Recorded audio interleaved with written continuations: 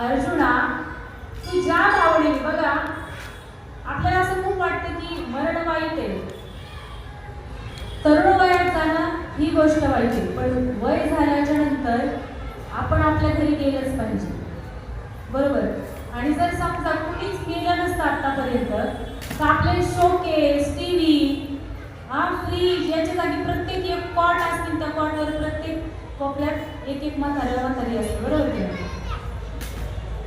Showcase वगैरे काही नसतं, काही ठेवताच आलं नसतं, कारण पूर्वीपासूनचे म्हातारे कुठे ठेवले असतात, बरोबर की नाही. म्हणून जे जातात ते उलट चांगली गोष्ट आहे, फक्त वयाच्या आधी जायला नको.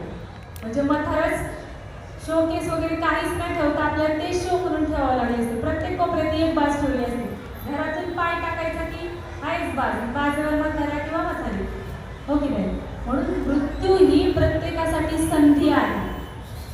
कशी संधी आहे बघा, प्रत्येकाला वाटतं की आपण चांगल्या गतीला प्राप्त झालं पाहिजे, चांगला जन्म आपल्याला मिळाला पाहिजे. मग तो आपल्या हातात आहे की आपण पुढच्या वेळेस पुढच्या जन्मात कोणत्या गतीला प्राप्त व्हायचं. मग त्याच्यासाठी काय करावं लागेल, मरणाच्या वेळी मरते वेळी देवाचं नाम आपल्या मुखात आलं पाहिजे.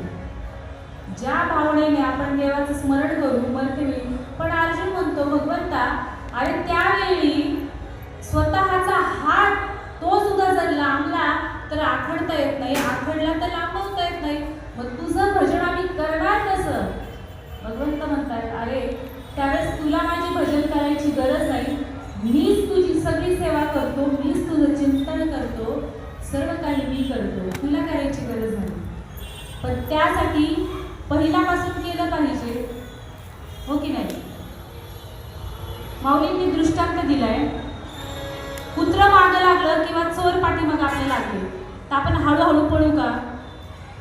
जीव मुठीत घेऊन जेवढं फास्ट पळता येईल, जेवढ्या वेगाने पळता येईल तेवढ्या वेगाने पळतो आपण, हो की नाही.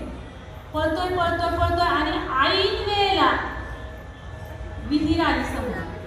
मला सांगा, एवढ्या वेगाने आपण पळतोय, मग तो वेग आपल्याला विहीर दिसल्या बरोबर आपल्याला आवरता येईल का. आपल्याला पडावंच लागतं. तसं आपण पहिलं जे कर्म केलं आहे ते भोगावंच लागतं. अशा पद्धतीनं भगवंत सांगतोय, अर्जुना, मृत्यू ही प्रत्येक माणसासाठी संधी आहे आणि ज्या जन्माला आपल्याला प्राप्त व्हायचंय त्या जन्माला तो प्राप्त होऊ शकतो, त्या योनीला तो जाऊ शकतो. मरणाच्या वेळी त्याने माझं स्मरण करायचंय.